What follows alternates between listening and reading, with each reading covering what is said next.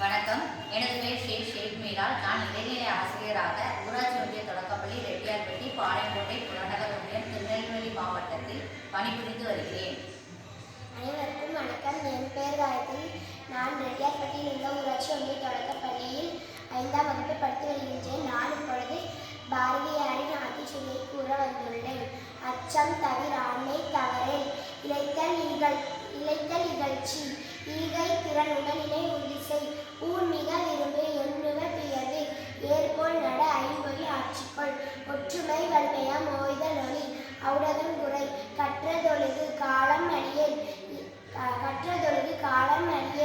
கிளைபல தாங்கேல், கீழோக்கு அஞ்சேல், குன்றென நிமிர்ந்து நில், கூடித் தொழில்